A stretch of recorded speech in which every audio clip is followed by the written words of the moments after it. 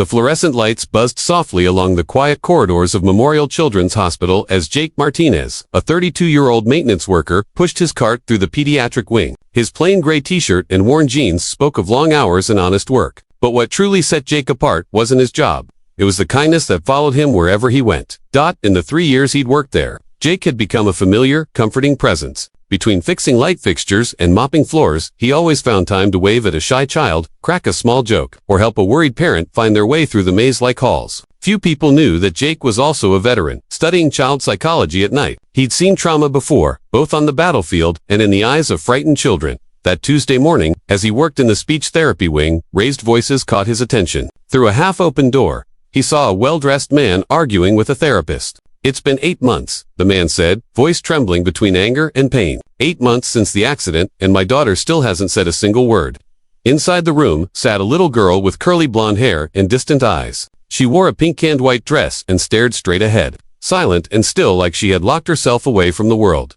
The therapist spoke gently. "Mr. Davidson, your daughter isn't refusing to talk. She's protecting herself. Selective mutism after trauma isn't about ability, it's about safety. She'll speak when she feels safe again." But the man, Richard Davidson, only sighed, defeated. "How much longer can I wait?" he whispered. Jake watched the scene unfold, feeling a deep ache in his chest. He'd seen that look before in the eyes of soldiers and in his own reflection once upon a time. As the session ended, Richard carried his daughter down the hall. Emma hung limply in his arms, her tiny hands motionless. Jake hesitated, then stepped forward. "Sir, I'm sorry to interrupt. I'm Jake. I work maintenance here. I couldn't help overhearing. I've spent time with kids who've been through trauma. Would you mind if I just spent some time with Emma during my breaks?" Richard looked him over skeptically. "You're not a doctor or therapist. Why would I let you do that?" Jake smiled softly. "Because sometimes, what a child needs isn't therapy. Sometimes, they just need someone who doesn't ask anything of them. Someone who simply stays."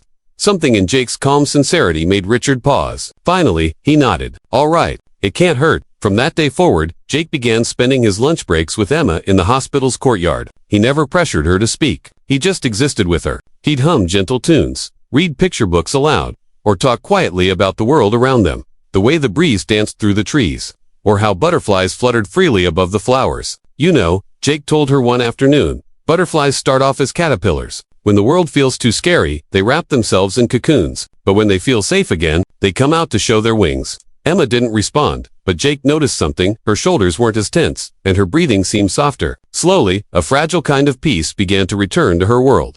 Weeks passed, and Richard watched from a distance, astonished by the quiet transformation. Then one afternoon, as Jake read a story about a lost puppy, something miraculous happened. Emma suddenly stood up, eyes fixed on a small bird drinking from the fountain. "Birdie," she whispered. Jake froze. The single word, her first in 8 months, hung in the air like a fragile song. He smiled gently. "Yes, Emma, that's a little bird. He's thirsty." "Thirsty, Birdie," she whispered again. That it was a small moment, but it opened the door to everything. In the weeks that followed, Emma's voice returned in little bursts, soft words, short phrases, giggles that grew into laughter. Her therapists were amazed. Her father was speechless. But Jake understood. It wasn't therapy that brought her back. It was trust. It was safety. One evening, Richard stopped Jake outside the hospital. "Jake, you've given me my daughter back. I don't know how to thank you."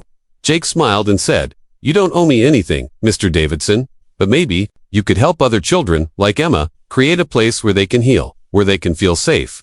6 months later, that dream became reality. The Davidson Family Healing Center opened its doors, a sanctuary inside the hospital where children and families could recover from trauma with love, patience, and care.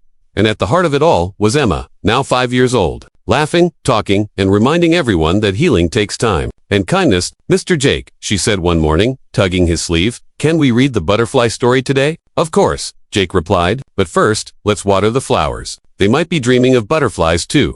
As they walked hand in hand toward the garden, Richard watched from his window the janitor who had healed his daughter, not with medicine, but with love, because sometimes the greatest miracles begin quietly with patience, compassion, and the courage to simply stay. And here, at Whispers of Kindness, we celebrate those silent miracles where love speaks louder than words.